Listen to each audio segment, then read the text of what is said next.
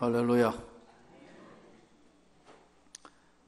오늘 중국 현지인 교인들이, 목사님들이 중국 현지 목회자들 하고 또 이제 중국 현지 선교하고 있는 선교사 3분하고 또 지금 영등포에 있는 중국인 교회 목사님 이렇게 또 선배 목사님들 이렇게 해서 약 한 30명 정도 되는 것 같아요.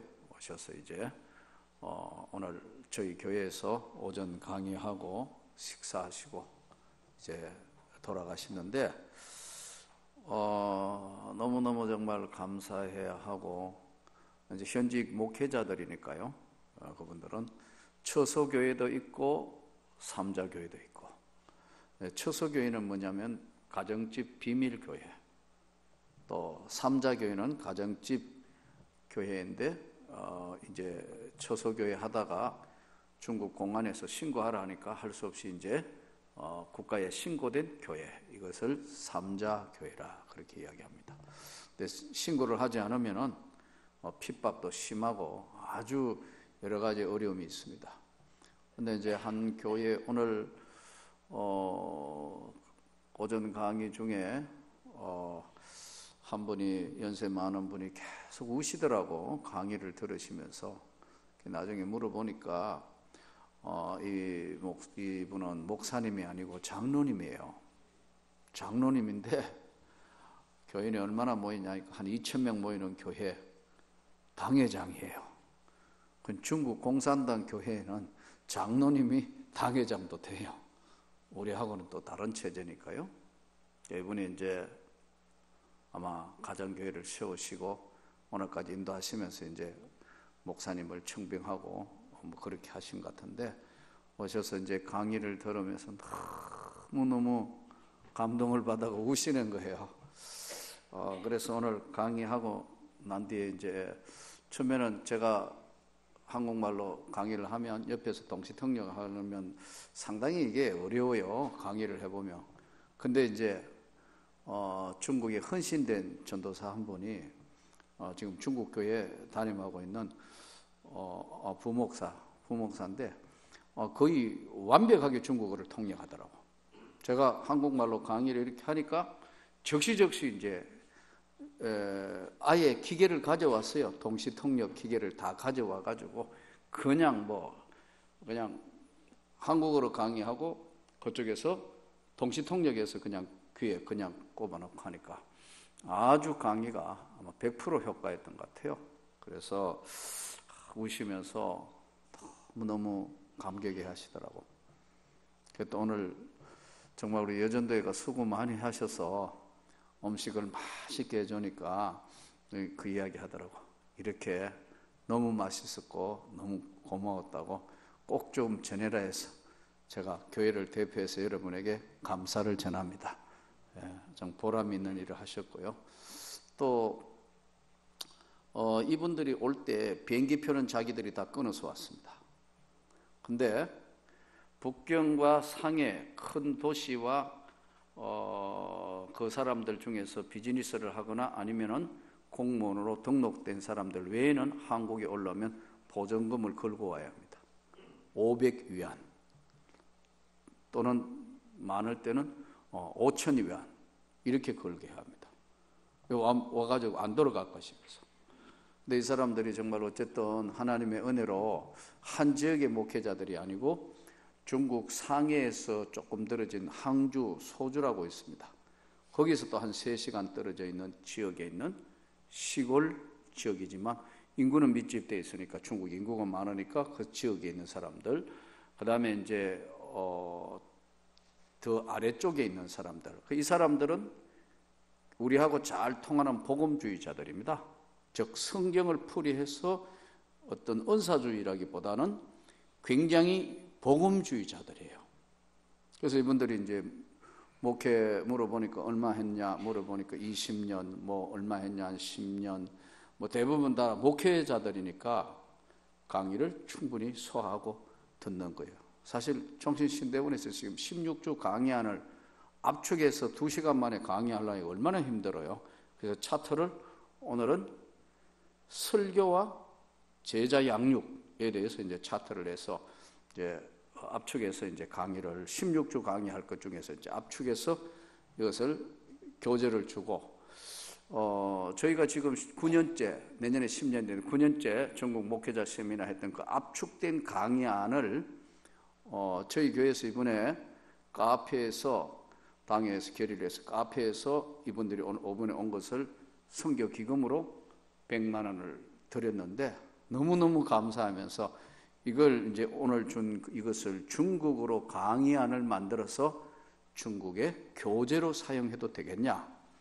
즉 상표 등록한 거 저작권 위배되지 않느냐? 전혀 관계 없으니 언제든 얼마든지 사용하라고 좋다고 그렇게 해서 지금 아마 중국어로 이제 번역 작업을 하기 위해서 오늘 그걸 주었고 하시는 것 같아요.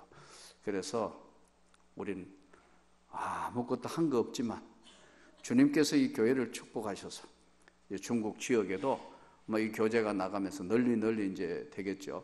내년에도 좀 가능하겠나고 말씀을 하시는데 지금 우리 교회 와가 하고 그다음에 이제 3일 교회 가가 하고 오늘 내일 투어는 사랑의 교회에서 이제 전체적으로 그걸 투어를 하고 일정표를 보니까 우리 한국 교회 7교회를 돌면서 하고 한 군데 이제 사랑의 교회를 탐방하고 뭐 그렇게 되어 있더라고요.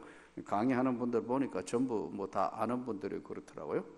자, 그래서 통합적 교회도 있고 우리 합동적 교회도 있고 이제 장로교 우리 교회들을 이제 뭐 대표할 만한 교회들이 돌아가면서 이렇게 강의안을 짜서 왔는데 저희가 2번째로 지금 오늘 그 강의를 했고 그렇게 되는데 내년도에도 그쪽에 있는 이제 중국에 실제로 들어가가 하는 것보다 이분들을 모셔가 하면 제일 좋은데 좀 할 수 있겠나 해서 한번 기도해 보자. 뭐든지 또 금세 된다 그러다가 안 된다 이러면 실망할 것 같아서 나도 선배들한테 배운 대로 한번 기도해 봅시다. 아주 부드럽지만 아주 지혜로운 대답이잖아요. 우리 한번 같이 대답해 봅시다. 한번 기도해 봅시다. 이거는 이제 된다는 것도 아니고 안 된다는 것도 아니지만 한번 생각해 보겠다는 거죠. 지금까지 생각해 보면 그게 가장 현명한 대답이에요. 내년에 무슨 일이 있어가 안 됩니다 이래 보면 계획이 취소되는 거 아니에요. 그죠? 교재를 중국어로 한다는 거 이거 참 정말 생각해 보니까 너무너무 우리 교재를 이제 전 세계적으로 쓰임되고 한 번은 이제 아주 영어를 잘하는데 영어로도 바꿔서 하면 좋겠다 해서 그것도 괜찮겠다. 그 대신에 한번 나한테 한번을 좀 보내달라 했더니 그렇게 하기로 했다고요. 자, 오늘 우리는 아무것도 아닌 것 같지만 하나님은 우리를 통해 역사하는 줄로 믿습니다.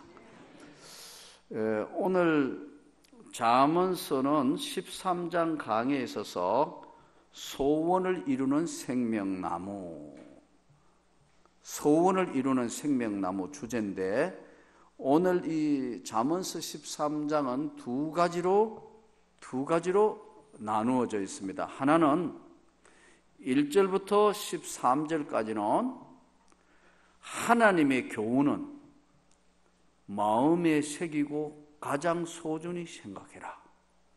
하나님의 교훈은 너의 마음에 새기고 가장 소중한 것으로 생각해라. 그 다음에 14절부터 25절까지는 세상에서 가장 소중한 것이 하나님의 지혜다. 지혜의 유익에 대해서 말씀합니다. 이 세상에서 가장 중요한 것이 하나님의 지혜인데 그 지혜의 유익, 그러니까 아주 요약하면은 하나님의 교훈, 하나는 지혜의 유익, 이렇게 간단하게 요약할 수 있겠습니다. 하나님의 교훈 1절부터 13절, 지혜의 유익, 이렇게 나누어서 생각할 수 있겠습니다. 우리나라에는 다른 나라에 없는 제도인 동성동본 제도가 있었습니다. 동성동본 혼인을 할 수 없다는 제도였습니다. 그런데 지금 이제 이 동성동본이 깨어지면서 이제 누구든지 결혼할 수 있게 되었어요. 한국 사회가 이만큼 동성동본을 거부하고 있다가 급하게 지금 사회가 굉장히 바뀌게 되면서, 또 예전에는 여자분들은 출가 외인이라 해서 일단 결혼하면 자기 집안이나 재산권으로부터 완전히 소외됐는데, 지금은 결혼을 해서 여자가 시집을 갔다 하더라도 재산이나 상속이나 모든 것에 동일하다. 대단한 거죠? 예, 다 알고 계시죠? 예, 이것만 하나 더 알아도 수요예배에 나온 효과가 있습니다. 예. 지금 남녀가 결혼해도 예전에는 뭐 우리 아들, 아이고 우리 장자 다 소용없다. 똑같이 나눠본다. 아들, 딸 구별하지 않고 5명이면 다 5분의 1, 5분의 1, 5분의 1, 5분의 1, 5분의 1로 다 나눠본다. 이게 지금 바뀐 제도입니다. 또 지금은 아버지 성을 안 따르고 엄마 성을 따라가도 된다. 바뀌어버렸다. 성을 바꿀 수 있다. 알고 계시죠? 예. 이거 대단하게 바뀐 겁니다. 자, 그러면 우리가 흔히 촌수라 그러죠. 촌수. 형제 간에는 몇 촌 간입니까? 예? 형제 간에 몇 촌이에요? 몇 촌? 1촌? 2촌입니다. 2촌. 형제끼리는. 아버지의 동생하고 나하고는 어떻게 되죠? 3촌. 그 아버지의 동생의 아들하고 나하고는 어떻게 되죠? 4촌. 뭐 이 정도까지는 다 알겠죠? 부부는 몇 촌이에요? 무슨 촌요? 부부는 촌수가 없어요. 그래서 예로부터 부부 싸움을 뭐라 그랬죠? 칼로 물베기. 물을 왜 배? 물을 벨 수도 없지. 근데 이게 재밌는 게, 부부는 돌아서면 어떻게 되죠? 어떻게 그렇게 잘하시죠? 부부는 또 이렇게 무촌인데, 이렇게 볼 때는 무촌이 붙어 붙는데 이렇게 보면 아무것도 아니라는 거예요. 그런데 자식은 어떻게 돼요? 아들과 아버지 사이는 몇 촌? 자식과 부모 사이는 몇 촌입니까? 1촌, 1촌. 1, 2, 3, 4, 무촌. 이렇게 되면 빵촌. 아무 관계 없는 거예요. 이거는 이제 제로가 될 때는 아무 관계 없는 거예요. 붙었다가 떨어지면 아무것도 아니라. 자, 여기서 오늘 우리가 배울 게 있는 게 하나 있어요. 촌수는 예로부터 촌수 따진다 그러잖아요. 촌수. 그러죠? 네, 촌수를 따집니다. 틀림없습니다. 얼마나 가까운 3촌이냐, 4촌이냐, 5촌이냐, 당숙 뭐냐, 복잡합니다. 우리나라의 이 촌수 계통이요. 그런데 가장 중요한 무촌, 촌수가 없는 부부가 무촌이 이렇게 가깝다가 돌아서면 남이 되는데, 그 이유가 뭘까요? 남이 되는 이유가 뭘까요? 예? 무촌이었는데 돌아서면 남이란 말이에요. 그럼 뭐냐면요, 이 사이에는 가게의 자식이 이렇게 쭉 이어져가 촌수가 형성되는데, 헤어지고 없어질 때는 없을 무자예요. 촌수가 없어져 붙다 이거예요. 여기서 우리에게 중요한 교훈이 하나가 있는데요. 그러면 이 우리가 촌수를 따지는데 무촌이었는데 아무 촌수가 없는 이렇게 갖고 왔는데 이 무촌이었는데 남이 된다는 것은 뭘 이야기하냐면요, 다 무효라는 뜻이에요. 여기서 성경은 이렇게 말씀합니다.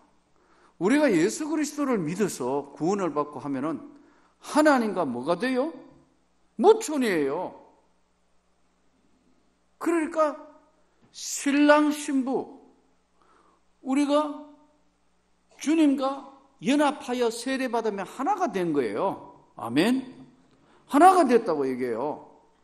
그런데 한 몸 되고 하나 된 우리가, 그러므로 이제 예수 그리스도 안에 있는 자에게는 결코 정죄함이 없고, 그러니 이제는 내가 산 것이 아니라 내 안에 예수께서 사신 것이라. 이제는 예수 그리스도를 믿는 믿음 안에 사는 것이다. 그런데 하나님의 말씀대로 살지 않고 만일에 무총간이 지켜야 될 예의, 지켜야 될 법도, 지켜야 될 가장 중요한 것을 깨트리면 어떻게 되느냐는 거예요. 그래서 우리가 하나님의 백성 된 것을 잘 들어야 돼요. 대부분 지금까지 우리가 구원받고 하나님의 은혜 받았으면 그 다음 내 마음대로 살면 되느냐는 거예요. 아니에요. 부부는 부부가 지켜야 될 도리가 있어요. 그러죠? 자, 그러면 지난번 우리가 성경 공부하면서 한번 이야기했는데, 부부가 서로 돌아서서 무촌이 될 수밖에, 무촌이 남이 될 수밖에 없는 이혼하는 사유나 아니면 가장 갈등의 이유가 첫 번째 뭘까요? 아는 대로 한번 대봅시다. 첫째 뭐죠? 성격. 그렇죠? 성격. 동의하시죠? 이 성격 때문에 한다. 이거 성격 때문에 헤어지는 경우, 안 맞아 그러면서 맞춰 갑니다.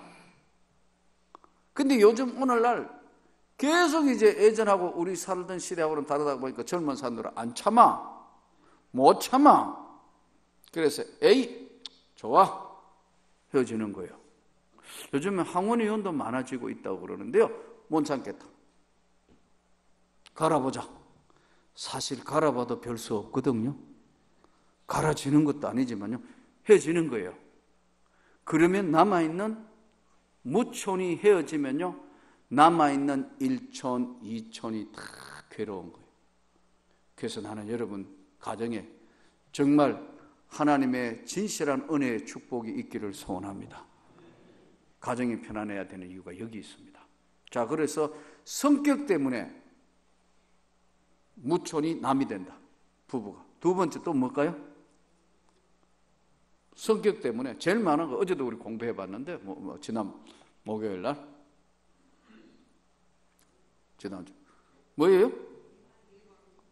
예? 첫 번째가 성격, 두 번째 돈 때문에, 재산 때문에 갈라서.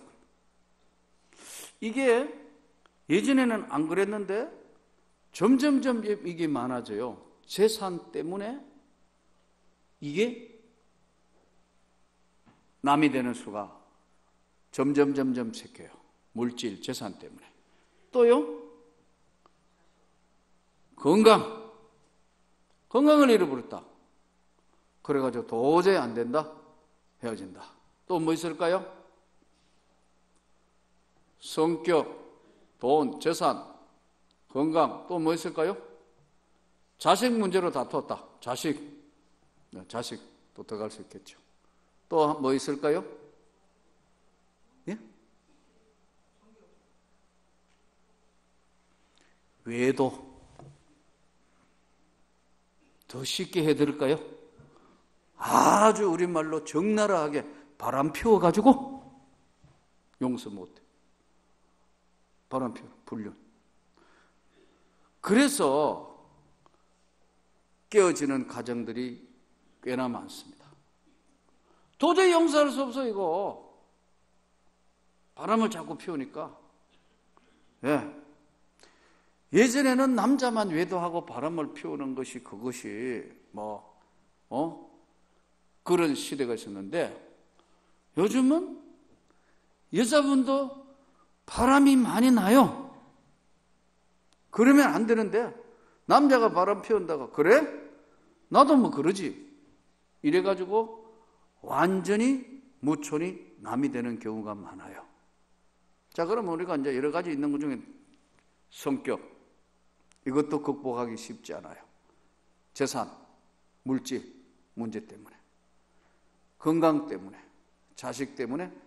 그러나 여러분, 지금도 상당한 부분을 차지하고 있는 것이 외도예요. 바람 피우는 거. 그래서 예수 믿는 우리에게 잘 조심해야 되는 게, 왜 예수 믿는 초대교회 선교사들이 와가 금연기 뭐냐면 첫 번째 금연기 술이었어요. 예로부터 방탕하고 집안을 망하게 하고 어렵게 만드는 게 뭐냐면 첫째가 주자예요. 주색 잡기예요. 옛날 노래에도 유행가 가사에 그런 거 있잖아요. 주색 잡기에 골몰하여, 무슨 골몰할 데가 없어가 주색 잡기에 세상 만사를 잊었으니 뭐 이런 게 나오잖아요. 예. 주색 잡기에 골몰했다. 이게 제일 첫 번째, 맨정신에서 하는 게 아니거든요. 남자들 한번 보세요. 제일 엉뚱한 짓 하는 게 처음부터 그래 안 하거든. 술 먹는 사람 제일 처음에 어떻게 해요? 딱 한 잔 하자예요. 오늘 한 말 먹자 이런 사람 하나도 없다고. 한 잔으로 시작해요. 한 잔, 두 잔, 세 잔, 한 병, 두 병 맛이 가버렸어요. 그 다음에는 술을 먹어요. 그러고 나면 이제 벙벙해지고 간이 붓고 세상이 조그매지니까 주 다음에 어디로 가죠? 색으로 음란한 데 휩쓸리는데, 정신 차려가지고 세상 살 때는 절대로 그러면 안 되는데, 이게 이성이 작동하고 신앙이 작동하면서도요, 술이 들어가면 돌아버리면 엉뚱한 짓을 능히 한다니까요. 그래서 예수 믿는 사람이 술 취하지 마십시오. 성령의 충만함을 받으십시오. 아멘. 나는 여러분들이 정말 술자리는 멀리 하기를 바랍니다. 예. 그거 주님이 절대로 기뻐하시지 않는다. 모든 시작이 거기서 됩니다. 불륜, 또 아무것도 아닌 것 같은 나쁘게 배웠던 담배, 이거 하나 끊는데도 굉장히 힘듭니다. 네. 어떤 분들 아이고 뭐 그러지만요, 제가요 다 알아요. 누가 담배 피우는지도 다 알아요. 내가 바보가 아니거든. 지나가 보면 냄새 민감하게 금세 알아요. 누가 피우는지도 알아요. 누가 이거 하는 줄도 알아요. 대충 알아요. 왜? 말을 안 하지. 하나님이 기뻐하시지 않는 것은 아니하시는 것이 좋은 줄 믿습니다. 그래서 신앙을 파괴하는 것, 그래서 성경은 멀리하라는 거예요. 다 멀리하라. 이전에 좋던 거 이제는 값없다. 멀리하라는 거예요. 자, 그래서 오늘 하나님의 교훈은 마음에 새겨야 되는데, 하나님과 우리가 뭐였어요? 무촌이었어요. 예수 그리스도를 구주로 믿고 하나님의 백성된 우리는 하나님과 동행하며 무촌이 됐는데 하나님 싫어하시는 거 많은 거예요. 그래서 경건의 삶을 살아야 될 이유가 여기에 있습니다. 아멘. 경건에 살도록 노력해야 합니다. 이런 것들을 멀리해야 합니다. 의식적으로 멀리해야 합니다. 그리고 성령 충만 받는데 최대한 노력을 하면서 멀리해야 합니다. 자꾸 직장 생활하면 남자 같은 경우에 얼마나 많은 유혹이 따르고 바보 취급당하고 뭐 이게 남자가 그러냐는 등 온갖 것. 남자가 아니고 우리는 예수 믿는 사람들입니다. 요즘은 뭐 여자들도 뭐 보니까 그저께도 뭐 이게 뭐 밤 11시쯤 되면 이렇게 길거리 나오가 여자들이 차 세운다고 정신없고, 또 요새 정신 나간 젊은 남녀들은 뭐 지금 밤 9시밖에 안 됐는데 둘이 붙어가 이게 뭐하는 것들인지, 이게 정말 세상이 그렇게 돼버렸어요. 아무 눈치 안 봐요. 그냥 하면서 한쪽 다리를 들고 있더라고요. 이렇게 참나고. 이야, 이게 나라가 이게 꼴이 어떻게 되려고. 근데 전혀 지금은 통제하는 사람도 할 수 없는 사회가 됐어요. 그래서 이 사회에 가장 소중한 것 지금부터는 적어야 합니다. 하나님의 교훈을 너의 마음에 새기는데 첫째, 경건한 삶을 살아라. 아멘. 하나님이 싫어하시는 건 안 하셔야 된다. 경건한 삶을 살아라 노력해서 그 경건한 삶의 첫째가 뭐냐면요, 인격을 지키라는 거예요. 입술의 열매. 입술로 범죄하는 거 하지 말고 인격적으로 경건의 삶을 지키라. 두 번째, 너는 부지런해라. 게으른 자는 아무것도 얻을 게 없다. 부지런해라. 경건의 삶을 살아라. 너 인격에 흠이 가지 않도록 살아라. 세 번째, 교만하면 다툼이 일어난다. 겸손한 사람들은 싸우지 않습니다. 교만한 사람들이 모이면 다툼이 일어나는데 겸손한 사람들은 절대로 다툼이 일어나지 않습니다. 경건한 삶에는 가장 소중한 것이요, 교만이 아닌 겸손은 종기의 앞잡이라 그랬습니다. 겸손하면 모든 걸 다 받아들일 수 있고 모든 걸 세워나갈 수 있습니다. 정리해 봅니다. 너는 이 세상 살면서 주님과 동행하는 삶에, 함께하는 삶에 무촌, 마치 부부가 된 것처럼 무촌되는 삶을 살려면 너 삶이 경건해라. 거룩해라. 그리고 부지런해라. 겸손해라. 그것이 뭐냐면 인격이고 말의 열매다. 아멘. 자, 두 번째 이제 지혜의 유익. 지혜의 유익은 뭐냐? 어떤 사람이 이런 질문을 했어요. 목사님, 저는 정말 남들에게 말도 못하겠고 너무너무 괴로운 심정으로 가슴속에 정말 이 내어놓을 수 없는 그런 심적인 고통과 아픔이 있습니다. 아, 그렇습니까? 그런데요, 이거 남들 앞에 이야기도 다 못하겠고요, 이걸 어떻게 하면 좋을지 모르겠습니다. 제가 웃음이 그래요. 주님께 상담하세요. 주님께 기도하세요. 주님께 찬양하세요. 사람이 주는 위로는 한계가 있습니다. 근데 주님이 주시는 위로함은, 우리에게 찾아와 주셔서 주님이 주시는 위로함은 세상이 주는 위로함과는 다른 거예요. 여러분, 몸이 너무 아파 보면 느끼는 게 뭐죠? 몸 아픔과 동시에 느끼는 게 두 가지 있죠. 하나는 외로움입니다. 큰 질병의 고통에 한번 겪어보면요,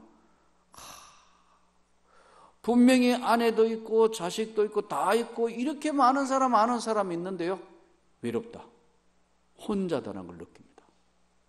두 번째, 큰 질병이 찾아오면 무엇이 먼저 오느냐 하면요, 낙심이 찾아와요. 이거 고칠 수 있을까? 이거 괜찮을까? 외로움과 낙심이 우리의 영혼을 내리덮는다고요. 근데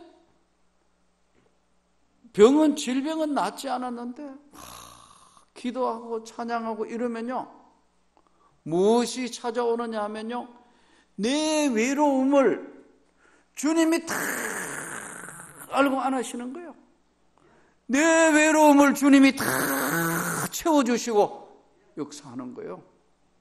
나 그거 가장 내 인생에 힘들고 어려웠던 30대 그 주님이 내게 채워주시는 은혜를 한번 경험해 봤어요.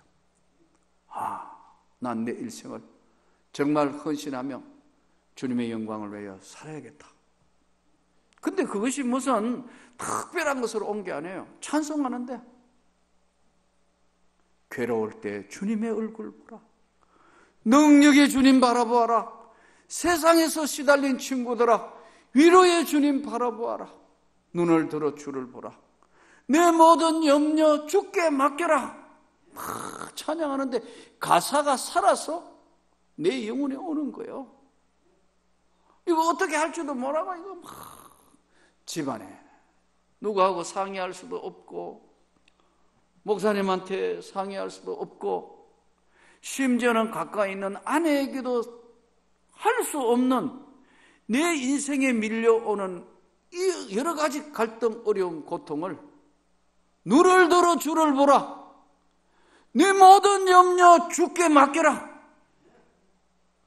와, 그날 나는 100주년 기념관에서 한없이 울고 또 울고 울고 또 울고 내 인생을 돌아보는 계기가 되었어요. 주님이 나를 버리지 않고 나를 사랑하고 끝까지 붙드시구나. 그 뒤에 성령을 경험하게 돼요. 여러분, 우리가 이 땅에 살며 지혜의 유익, 예수의 유익은 사람에게 상담하거나 사람에게 받는 유익도 있습니다. 여러분, 있습니다. 없는 게 아닙니다. 그러나 주님이 주시는 위로함과 주님이 주시는 은혜를 받으면은 인생에 근본적으로 고통스러워하고 외로워하고 힘들어하는 이 부분이 주님이 쫙 씻어주시는 겁니다.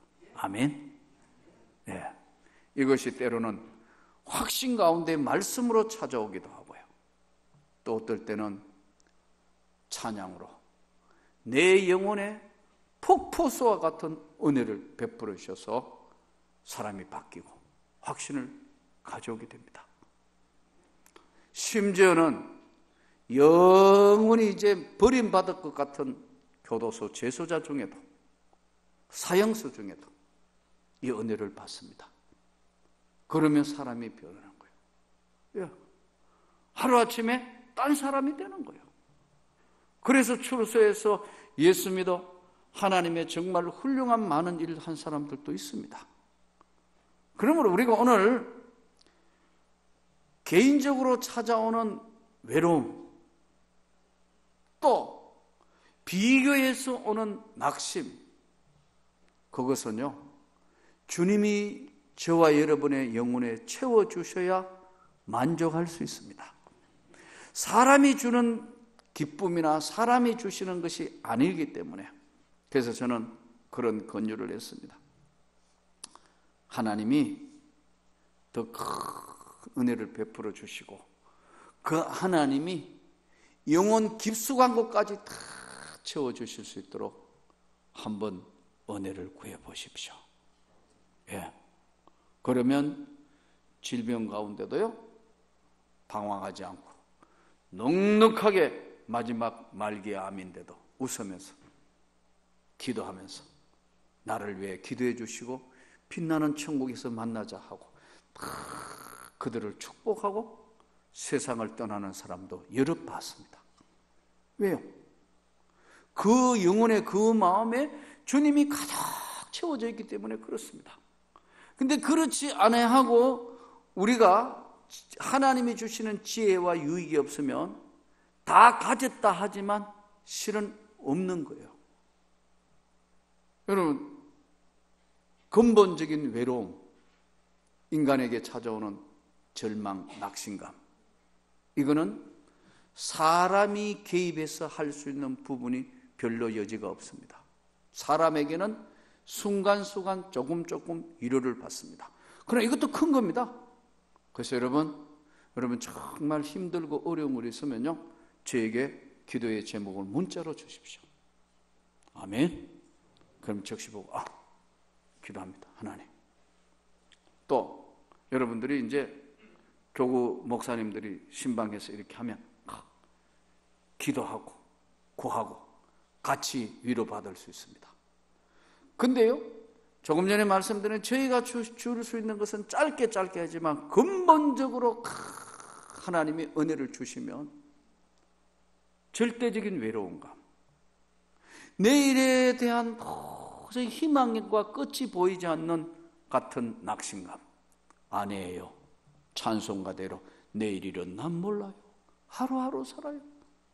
불행이나 여행함도 내 뜻대로 못해요. 성령님이 인도하실 것이고 나에게 은혜를 주시고 지켜주실 것을 믿습니다, 여러분.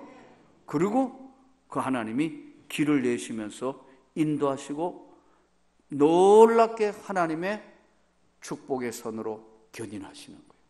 붙들어 주시는 거예요. 인도하시는 거예요. 저는 사실 내 인생에 가장 공부하고 힘들었을 때가 90년도였습니다. 1990년도. 강도사 고시를 앞두고 있는 그 시기에는 정말 힘들었습니다. 솔직히 보니까 교회도 이거 정말 지하교회에서 과연 이 교회가 하나님의 은혜로 이 교회가 성장하고 하나님께서 역사하실 것인가 하는 그런 부분도 남아있고, 또 강도사 고시 시험에 대한 부담도 있고, 지하교회 할 때 참 옆에 있는 사람들은 어떨지 모르지만 내 자신을 내가 극복하기 힘든 시대였습니다. 예. 지난번에도 한번 말씀드린 이 위가 궤양이 되어서 구멍이 뚫어질 정도였으니까요.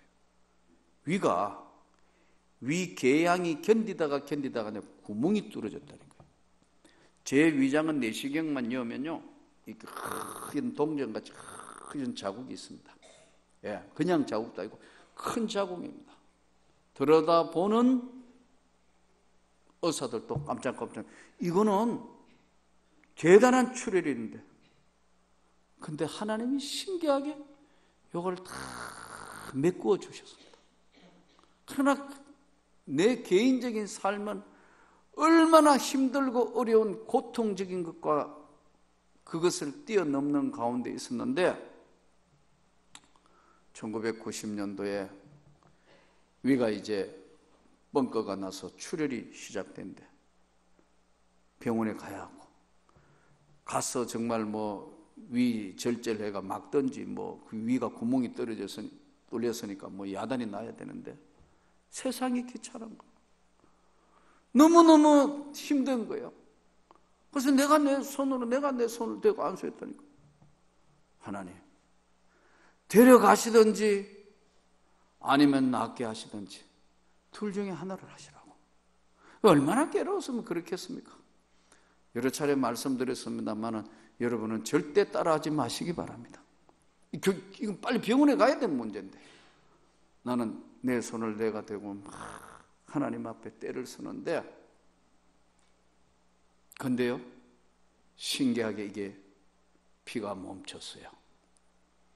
그리고 그게 허물허물 하던 것을 다 하나님이 메꾸어 넣어가지고 깨끗하게 된 거예요. 내시경 검사하면 아마 흰 자국이 붉은데 다 동전 같은 게 나온다고. 이 구멍 뚫린 걸 막아 놓은 거죠. 그런데 이것이 치료되는 동시에 내 영혼에 다시 한번 부름의 은혜와 성령의 능력을 받았다고 여러분, 인간의 육신이 그것을 다 뛰어넘는 건 절대로 아닙니다.